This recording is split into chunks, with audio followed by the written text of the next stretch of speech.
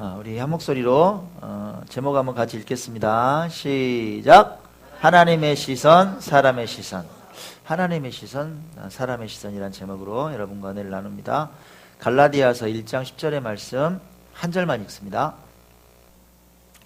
자, 큰 목소리로 같이 읽습니다. 시작. 내가 사람들에게 좋게 하랴, 하나님께 좋게 하랴, 사람들에게 기쁨을 구하랴. 내가 지금까지 사람들의 기쁨을 구하였다면 그리스도의 종이 아니니라. 아멘. 네. 주식회사 좋은 친구들의 김동찬 대표이사님이 불쑥 저에게 전화를 했습니다. 며칠 전에. 제가 참 좋아하는 형님이에요. 제 인생 고비고비마다 여러 도움을 주셨고, 제가 그렇게 업계에서 있을 때 상당히 막역하게 지냈던 그런 형님이십니다. 이제 그 이벤트 기획자예요. 이제 기획회사에 광주 충작축제라든가 영암 왕이문화축제 이런 것도 총괄하고 그랬던 기획자입니다. 또 고수진 사모님하고도 저하고 2년 전에도 잘 아는 그런 아무튼 깊은 인연이에요. 저희 부부하고. 이제 제가 업계를 떠났기 때문에 통화할 일이 거의 없죠. 가끔씩 이렇게 연락하는 사이인데 전화는 거의 없습니다. 갑자기 전화가 불쑥 온 거예요. 무슨 일이지? 그래서 전화를 받았습니다. 형님 잘 지내시죠? 무슨 일이세요? 제가 물었어요. 그랬더니 돌아오는 대답이 이렇습니다. 내가 말이야 페이스북 보다가 내가 깜짝 놀라서 내 아버님한테 전화했어. 신민선 목사 소식을 보는데 세상에 나는 문경주 목사 페이스북을 보나 착각했어. 갑자기 아버님 얼굴도 나오고 이름도 나오고 그래서 거기 가서 도와주고 좋은 일 많이 하셨더구만. 신 목사가 내 초등학교 동창이야. 내가 엄청 아끼는 친구야. 세상에 인연이 이렇게 연결이 되네 하고 너무 반가웠다고 저에게 이제 연락을 주신 거예요. 이번에 이 가까운 월산동에 있는 꿈이 있는 교회 거길 저 도왔거든요. 그 신민선 목사님께서 이제 페이스북 활동을 하시니까 글을 올리신 거예요. 저는 올린지도 몰랐고 전화를 끊고 무슨 내용을 올리셨어? 하고 봤더니 이제 이렇게 올리셨어요. 신민선 목사님이 댓글 하나로 시작된 사랑의 흐름이 엄청난 강물이 됐습니다. 댓글 하나로 앰프를 통째로 바꿔주시고 앰프 교체 중에 책상 위에 놓인 프로젝트를 보시고 왜 이게 여기에 있어요? 이렇게 하시더니 날 잡아서 전문가와 함께 오셔서 천장에 고정했습니다. 또 강단에 합판만 그대로 있는 모습을 보고 왜 이렇게 사용을 하세요? 또 날 잡아서 어제 데코 타일로 옷을 입었습니다. 선한 친구들이란 너무나 귀한 이름을 갖고 어려운 교회를 섬기시는 문경주 목사님과 동역자들께 참으로 감사함을 전합니다. 이렇게 이제 글을 올리셨더니 이 글을 보고 깜짝 놀란 거예요. 전화 오셨어요. 이 동찬 형님이 전화 말미에 이런 말을 하세요. 그 신목사 내가 참 좋아하는 친구거든. 그래서 페이스북을 안 빼고 유심히 보고 있었어. 유심히 모든 소식을 유심히 보고 있었거든. 근데 오늘 아우님하고 이런 일을 보내. 우리 날 잡아서 식사해야지. 다음에 연락 한번 하세요. 이렇게 이제 전화를 끊었습니다. 근데 유심히 보고 있었다. 유심히. 그 말이 이제 가슴에 남는 거예요. 그 유심히 보고 있었다는 말을 딱 듣는데 어떤 장면이 확 떠올라요. 제가 이제 그 현장에서 데코타일 공사 했을 때 장면이 막 떠오르는 거예요. 김명구 목사님하고 같이 이제 작업을 했었거든요. 이렇게. 이게 나무 합판이에요.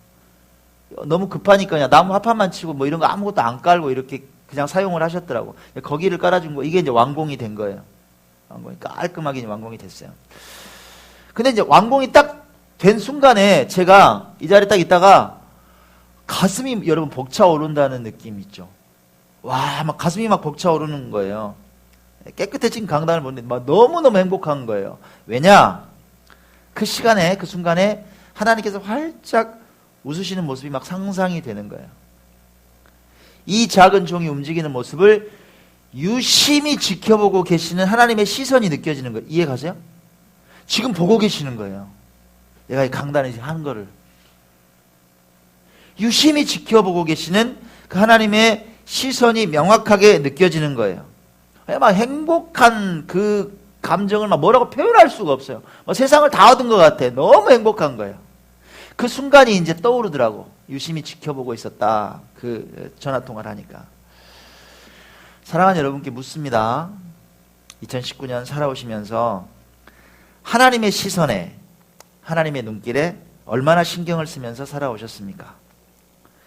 여러분의 인생을 모두 알고 계시고 여러분의 상황을 전부 알고 계시며 여러분을 언제나 유심히 지켜보고 계시는 그 하나님의 시선을 의식하면서 살아오셨냐 이 말이에요. 나를 보고 계신다, 이 시선. 아니면 하나님의 시선보다 내 주변에 있는 사람들의 시선에 더 관심을 기울이셨습니까? 질문하는 거예요. 2019년의 마지막 주일, 송년주일, 이 주제로 여러분과 은혜를 나눕니다. 내가 하나님의 시선을 의식하고 살아왔는가? 올 한 해를. 아니면 사람의 시선을 의식하고 살아왔는가? 네. 먼저 사람의 시선을 의식하고 살면 어떤 일이 일어날까? 그 결과를 한번 먼저 살펴볼게요. 사람의 눈치를 보는 거야. 사람의 시선을 보는 거예요. 사람의 동향을 살피는 거예요. 이렇게 되면 어떤 결과가 오는가? 어떤 인물이 가장 먼저 떠오르십니까? 저는 빌라도가 먼저 떠올랐어요. 빌라도는 예수님께서 대제사장들이 시기 때문에, 질투 때문에 예수님을 재판에 넘겼다는 사실을 알고 있었어요. 그건 똑똑한 사람이에요. 지도자잖아요. 알고 있었어. 그가 무슨 악한 일을 했느냐 이렇게 도리어 묻습니다. 누가복음을 볼까요? 누가복음 23장 22절. 자, 읽어봅시다. 시작. 빌라도가 세 번째 말하되 이 사람이 무슨 악한 일을 하였느냐? 나는 그에게서 죽일 죄를 찾지 못하였나니 때려서 놓으리라. 죄 있다는 얘기 없다는 얘기예요. 야, 죄 없어. 왜 넘겨 이 사람을? 무죄야, 무죄.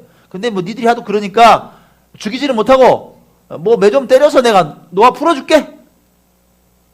죄가 없는 거예요. 이게 사실이라고 여러분. 근데 석방시키질 않아요. 빌라도가 결국은 예수님을 십자가에 못 박게 내어줍니다. 왜 그랬을까? 성경은 그 이유를 이렇게 기록합니다. 마태복음 27장 24절 읽어봅시다. 시작.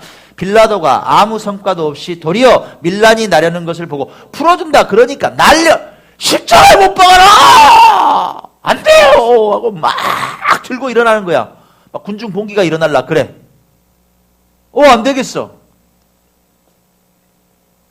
군중들이 들고 일어난 상황이 두려운 거예요. 그렇게 해서 빌라도가 마음이 바뀝니다. 어떻게 바뀌었느냐? 이렇게 바뀌죠. 마가복음 15장 15절 읽읍시다. 시작. 빌라도가 무리에게 만족을 주고자 하여 예수님을 십자가에 못 박게 했다. 누구에게 만족을 줘요? 무리들에게, 사람들에게. 눈치 딱 보는데 아니야. 동향이 완전히 바뀌었어.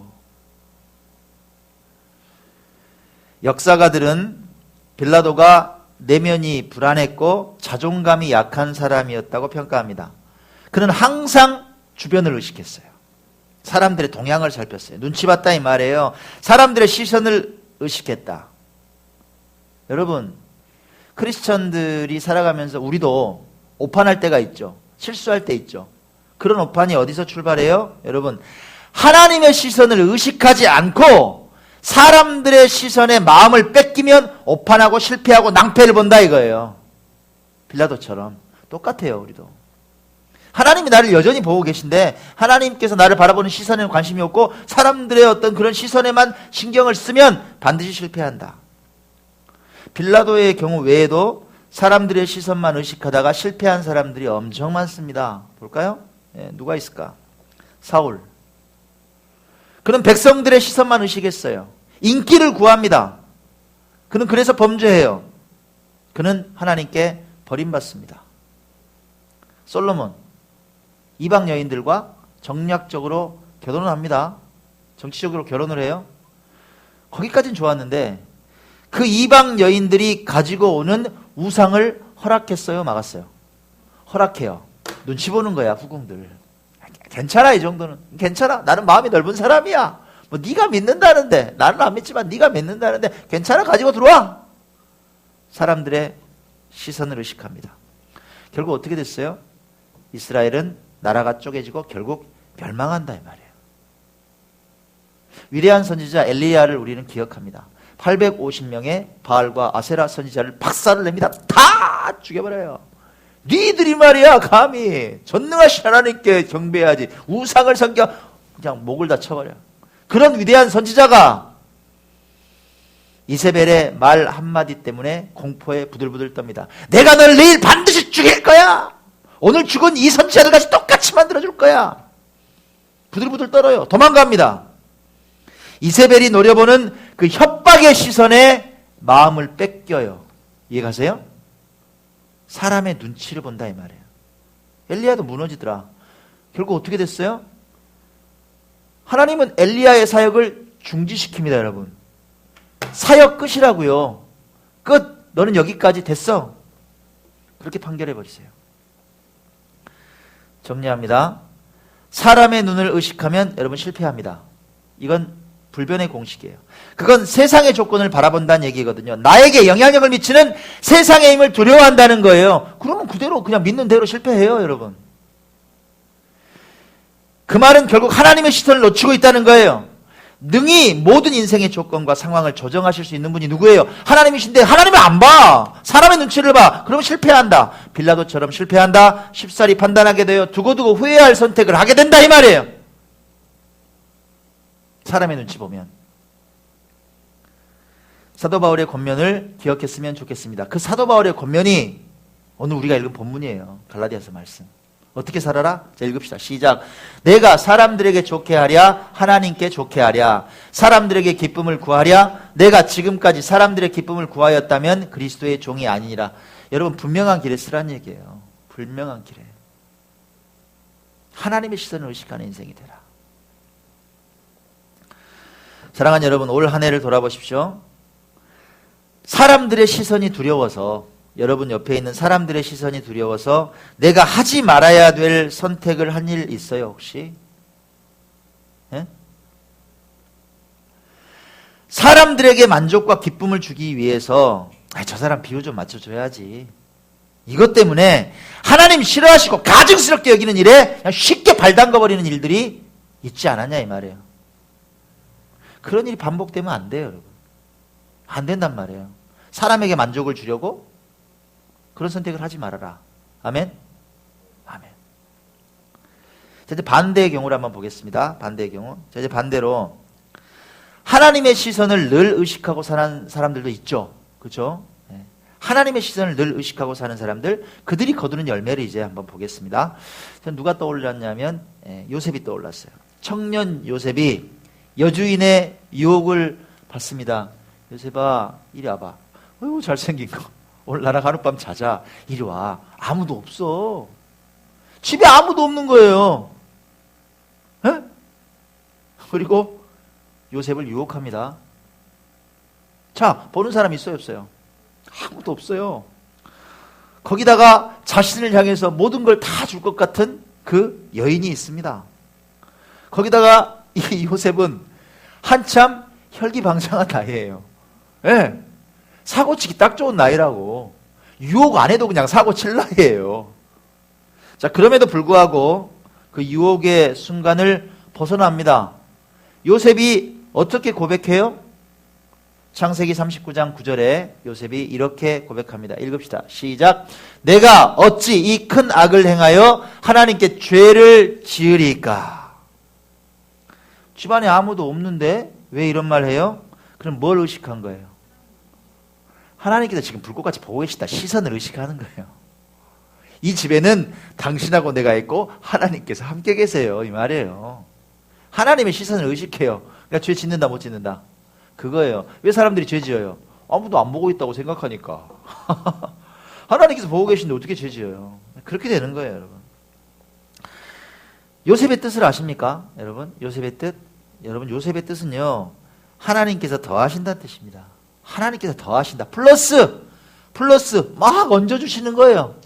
하나님께서 뭘 얹어주실까? 뭘 더하실까? 그 이름처럼 하나님의 시선을 늘 의식하고 살았던 그에게 축복을 더하셨죠. 노예 신분에서, 감옥에 갇힌 죄수의 신분에서 하루아침에 애굽의 총리가 되게 하십니다. 이스라엘 백성들이 애굽에서 잘 양육되어서 큰 민족이 되는 보호자가 되게 하세요. 요셉을 그렇게 사용하셨다. 자, 하나님의 시선을 늘 의식하고 살았던 이 요셉에게서 우리가 뭘 배워야 될까? 이 요셉의 중요한 라이프 스타일이 있어요. 그 얘기를 좀 드리고 싶어요. 요셉의 중요한 라이프 스타일이 있다. 뭘까? 여러 가지 라이프 스타일이 있는데 요셉에게서 이렇게 엑기스처럼 짜면 뭘 짜낼 수 있을까? 그건요, 어떠한 여건에서도 뭐 기쁜 상황이든 낭망의 순간이든 인생의 어떤 상황에서도 주어진 여건에서 늘 최선을 다했다. 이게 요셉에게서 우리가 배울 수 있는 점입니다. 최선을 다했어. 이게 중요한 특징이더라고. 여러분 생각해 보세요. 노예 신분 때 노예로 끌려왔잖아요. 얼마나 최선을 다하고 성실하게 일했는지 가정 총무가 돼요. 쉽게 말해 집에 있는 모든 살림을 다 도맡아 하는 총무가 된 거예요. 얼마나 최선을 다했는지 알겠죠? 모함을 받아서 감옥에 들어가요. 여러분 성경 읽으셨잖아요. 감옥에 들어가서 간수장이 일을 시켜. 일을 워낙 잘하니까 성실해. 물론 하나님께서 감동을 주셨지만 너무너무 최선을 다하고 성실한 그의 모습을 보고 감옥에서도 모든 사물을 도맡아서 처리하는 사람이 된다 이 말이에요. 그곳에서 요셉은 기회를 다시 살핍니다. 이미 거의 끝난 거 아니에요? 네? 정치범들 수용소인데 가만히 있지 않아요. 그는 어떻게 하면 이 감옥에서 나갈 수 있을까 고민하고 도전합니다. 왜? 나를 보고 계신 하나님께서 계시잖아. 분명히 기회를 주실 거야. 그는 낙심하지 않고 최선을 다해서 세기를 두드린다 이 말이에요. 가만히 있지 않아. 그래서 그는 꿈을 해몽해주고 풀려날 것이 확실해 보이는, 하나님께서 알려주셨잖아요. 풀려날 것이 확실해 보이는 술 관원장에게 어때요?